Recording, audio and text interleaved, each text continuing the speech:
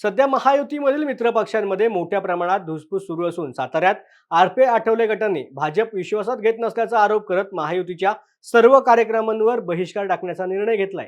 या निर्णयाआधी आरपीआयचे जिल्हाध्यक्ष अशोक गायकवाड यांनी पक्षाची बैठक घेऊन कार्यकर्त्यांना प्रतिक्रिया जाणून घेतल्या। पुढील काळामध्ये महायुतीत सन्मानाने वागणूक न दिल्यास सातारा लोकसभेसाठी वेगळा उमेदवार अर्ज दाखल करण्याची माहिती अशोक गायकवाड यांनी माध्यमांशी बोलताना दिली आहे। वेगळा विचार करण्यासाठी काही तुम्ही उभा राहणार? हा, वेळ पडली तर उभाही राहणार।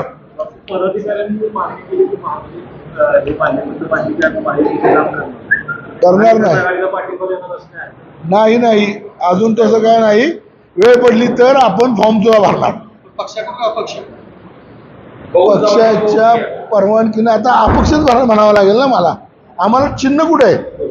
आज जर आम्हाला 2 जागा मिळाल्या असत्या ते निवडून आले असतात, आमचा पक्ष रजिस्ट्रेशन झाला असता, आम्हाला चिन्ह मिळालं असतं। आमचा पक्षाला उबदारी देऊ द्यायला हा पक्ष, तर मग हे मोठं झाड आमच्या बारक्या झाडाला उबदारी देऊ द्या ना, पालवीत पडू द्या ना। 2019 मध्ये सुद्धा या ठिकाणी आपण अशीच भूमिका घेतली। गेल्या 5 वर्षाचा अनुभव तुमच्या पाठीशी असताना पुन्हा तुम्ही तीच भूमिका घेतली। 5 वर्षात तुम्ही अनुभव काय घेतला नाही का? 5 वर्षात अनुभव घेतला म्हणून तर कालच्या बैठकीपासून ओरडायला सुरुवात केली ना, आणि आम्ही आज ओरडत नाही। यांच्याकडे निवडणूक संपल्यावर कार्यकर्त्याशी बोलायला चर्चेलाच वेळ नसतो।